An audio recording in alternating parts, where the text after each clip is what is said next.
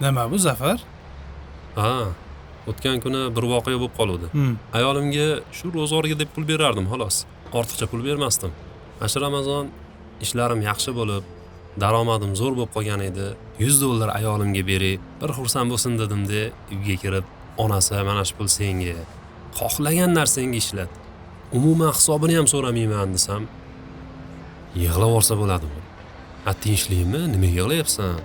Ha, biror joying kasalmi, og'riyapsanmi, nima bo'ldi desam, shu duoyim ijobat bo'lganiga yig'layapman deb qoldi.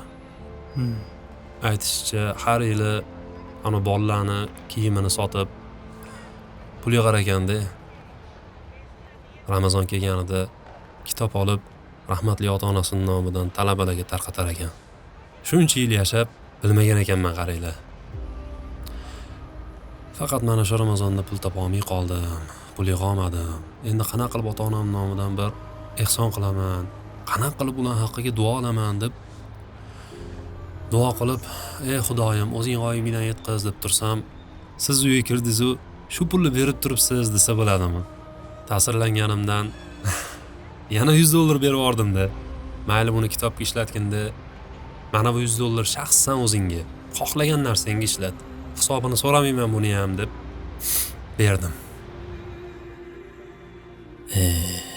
Er bo'lib ayolimga shaxsiy ehtiyojlar uchun biror marta pul bermanman. Shu gal oyligimni olsam aniq pul beraman. O'zing oson qil Robbim. Yaxshi ayollar ham ko'p. Men ham oilamga ko'proq pul berib turaman endi. Xullas, shunaqa gaplar-da do'stlar. O'ylab qarasam, mana shu ish qilish hech ham o'zimga ham hayolim kelmagan ekan yigitlar. Shundan keyin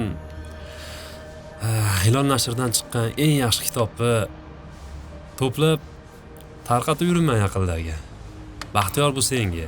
Hilol nashrdan chiqqan eng yaxshi kitob bu. Abdulhay, buni senga do'stim. Rahmat Zafar.